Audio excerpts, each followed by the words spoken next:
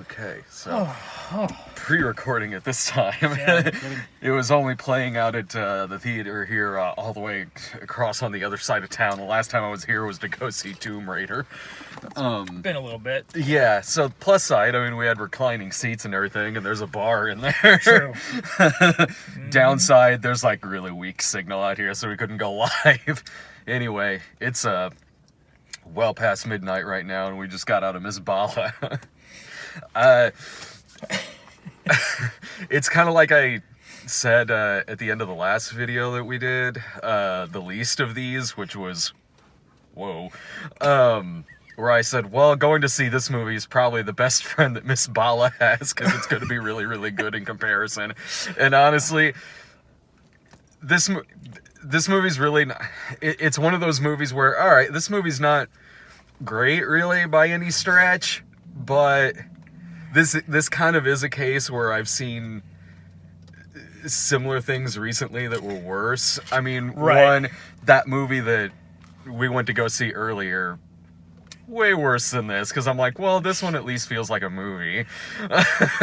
or the pilot to a telenovela series. Yeah. Which is very... Also, it's way, way, way better than Peppermint.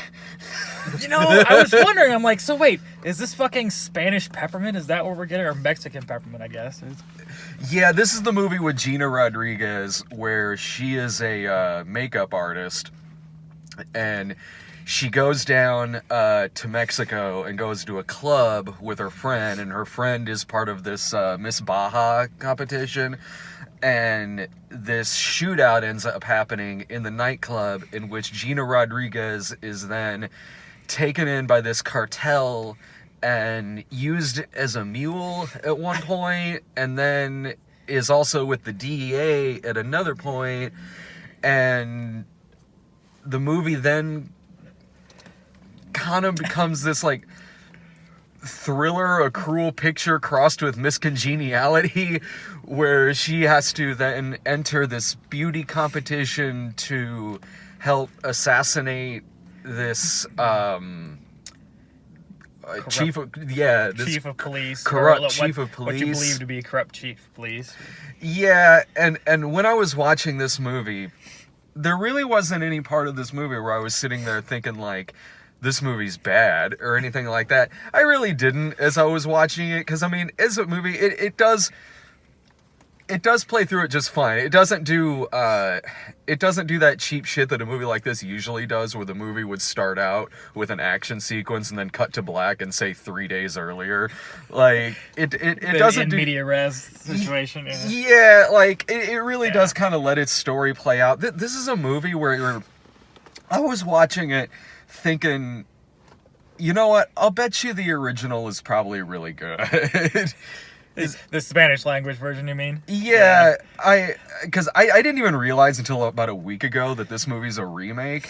And as I was watching this, I was watching it play out, and I'm like, okay, this movie's just kind of gonna go in one ear and out the other. It's not really doing anything outlandishly bad by any stretch. None of it is really, really great, but I was sitting there watching it going, with the story that they have here, I'll bet you the original one, well, given the original is an R and this is a PG-13, I'll bet you the original is fine. And I was watching going like, man, they really could have had something really, really, really gritty here if they had like a Catherine Bigelow or a Taylor Sheridan behind this film. Wrong Catherine.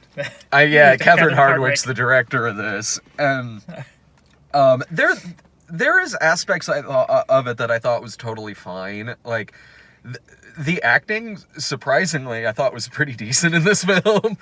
Yeah, it's definitely not bad. So especially amongst the leads, it's they carry it pretty good. So. Gina Rodriguez does carry this movie pretty well, and also the villain, the guy, the Lino, yeah, that dude. I actually like how they gave this character some kind of range. Like, you don't really know if it is this guy totally evil. Does he have kind of a good side to him? Like, And then he shoots a lady in the back of the head, and you're like, Right. yeah, pretty much. You're just not a fucking good guy. Although you had us there for a second, you almost did. Yeah, I liked the two leads' chemistry. I did. There were moments like that where and even in the shootouts as well, where I was like, man, if this had some more ambition to it and really let itself get really gritty. Like they could really have something here. Other than that, you're right. It does kind of play as like this Fox pilot.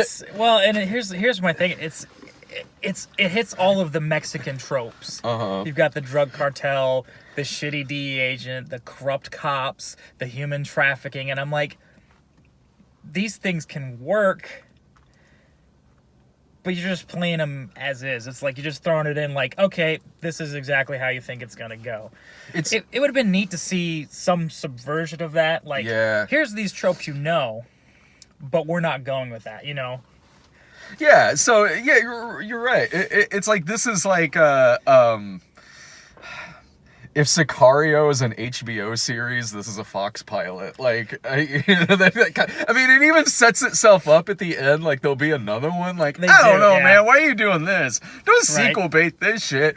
Like, I don't even know really why, because it's really taking place over the course of 3 days, in which she starts out as this makeup artist, and by the end is like firing this AK-47 in this shootout, and like.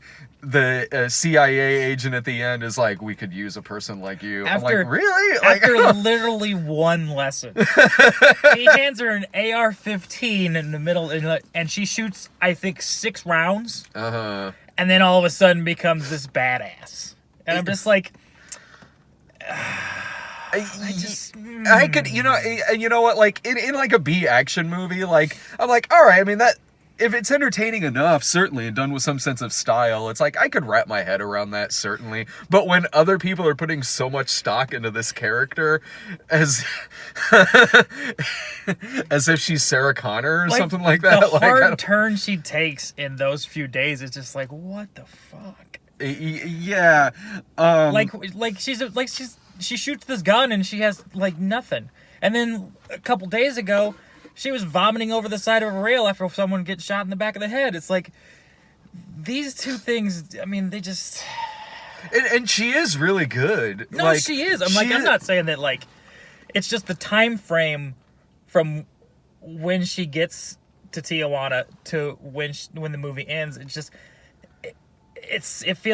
even if it's supposed to be longer, it feels so compressed that it kind of takes you out of the element where it's just like, well, would she really be like that, or would she just be doing what she can to survive, and then... And would the CIA be like, we could use someone like you?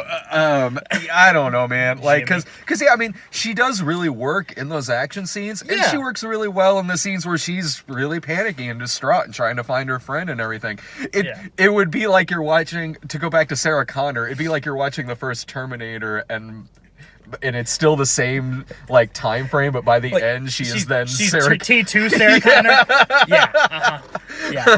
Like, I don't know, but, like, I mean, you're right in that it is a very safe film for, like, the really kind of heavy themes that it has in there about human trafficking and drug kingpins and mules and all this, and it's a pretty safe...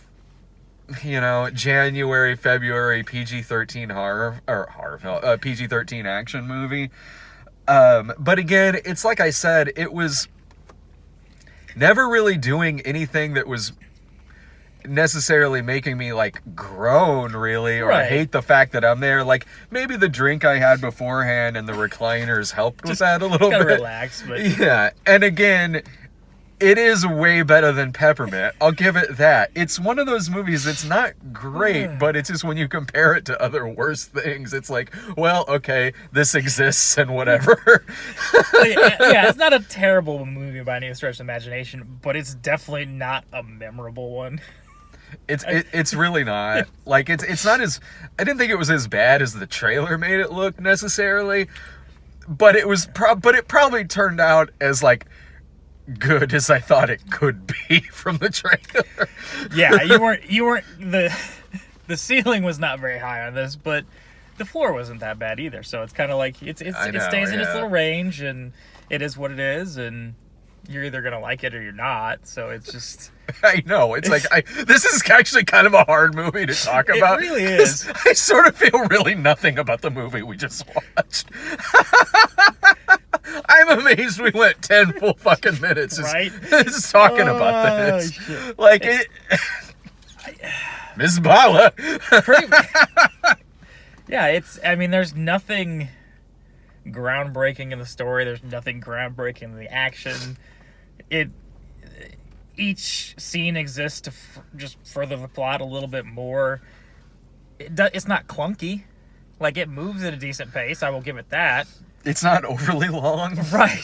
This is one of those movies that, like, 20 years ago would have just debuted on, like, Cinemax or HBO or something. Yeah. Like, this would be one of those movies you'd be flipping channels and, like, it might star Thomas Ian Griffith or Tia Carrere, and you'll watch it and be like, well, that killed my evening for 90 minutes.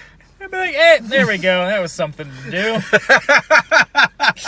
So, because of that, I'm like, I guess it's a serviceable enough rental. Like, yeah, I mean, I don't think it's like something you should never watch, but if you're bored one night and you got nothing else better to do, I mean, this is a rainy night rental. Yeah, like it really, really is. And again, or just watch the original. I've not seen the original. I haven't. I know the original's got better reviews than this one, and given the original's R rating, I'm guessing it's grittier than this movie is. More than likely, yeah. Yeah. I would be intrigued to see the differences between the original and this one, though, just to see kind of. I'm guessing bloodier. Well, probably, but see how much of the plot was actually pushed over. Yeah. And how much of it was dumbed down, kind of, for American audiences, because my guess it was probably the tropes that we see in this movie were probably a little bit more fleshed out and were probably a little bit more nuanced than this movie had it be. There's one part where I just felt bad for this character where she's got to take the chip out of a cell phone that's in a bag of other cell phones, because if they find it, then they'll know that she's the one who was with the DEA, and so then she just plants it in a random other phone, and the person who it belonged to with a random other phone is probably the last person she wanted this to happen to. It's like, oh shit, man. There it is. But you put it in the longest straw. Like, yeah, that was sort of like, oh man, that's a tough situation. And here's the other shitty thing. Like, I get the CIA is clandestine, but really early on, she meets an undercover CIA agent, and he just plays along like she's just some dumbass. And I'm just like, I'd have been like, look, here's how this works. I'm with the CIA. Keep the course. We're going to get you out of this. But instead, no, just let her go through this entire fucking movie and lets her kill a guy and then goes, yeah, we like what we saw. It's like, you motherfucker. Yeah. She's an American. Like, she's not Mexican. She's an American fucking citizen. I'm not surprised that you treat the American citizen like this. Why? I shouldn't be surprised, but just because the girl's brown don't mean she ain't American. Get that bitch back home. Well, this is after she just got fucked over by the DEA bad. Right. Well, yeah, like, they left her to die. Fuck the DEA. Fuck those guys. They're running out of job north of Tijuana. They really are. It's those guys just, yeah. And I want to know what, like, paycheck Anthony Mackie got for his extended cameo in this movie. It was probably half the fucking budget of this movie. Easy. Anthony Mackie is in this. You see him in the trailer. That is one of two scenes he's in this film. Yep. And that first scene he's in, which is what you see in the trailer, maybe comes in halfway into this movie. Yeah, and maybe. It's almost like a throwaway. Like, that scene only exists for the second scene later on at the end of the movie, and it's just like, oh, okay. Oh, yeah, you were that guy. The only reason I recognize him is just because he's played by Anthony Mackie. It literally could have been anybody. Yeah. Like, that would have made no fucking difference. But for some reason, I guess they needed Anthony Mackie in that role. It's like, Oh, okay. Sure, why not? Whatever you want, guys. Like, blow your wad on Falcon, go for it. Any final thoughts about this movie? I think we've about said everything that we can think that's going to, like, there's nothing that's going to convince you one way or another to see this movie if you haven't already decided to see it or not. Mm-hmm.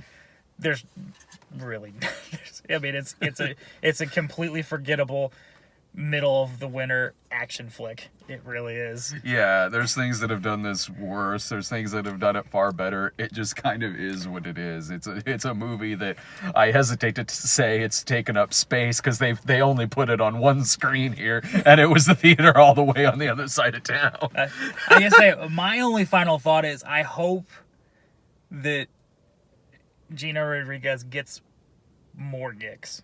Because I think she's got some real talent. Uh-huh. And I think she could be better serviced by a better movie. Yeah.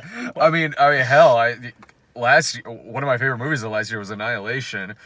So I mean, yeah, she is a damn good actress, and she does really work in this movie. Yeah. Like she does. She and the dude playing Lino really do elevate these characters. Their acting is solid with what they're given to work with here. So, you know, like I said, it's a rental. Like, you know, it's a late night, it's raining, you pop something up on Netflix or something. Why not? Like, it's serviceable as that. You know, what are you going to do? Yeah. It's either that or masturbate, and, you know, your hands are getting a little hairy, so you might as well just rent a movie instead. For a little bit. All right. Next week is let's see, Cold Pursuit. Fuck yeah. Lego Movie Part 2. Yeah, and is Alita next week or is that Alita's 2 next weeks? week. Alita's okay. Valentine's Day week. Next week, Lego Movie 2, Cold Pursuit, and all right, everyone, take care. Thanks for watching. See ya. Bye.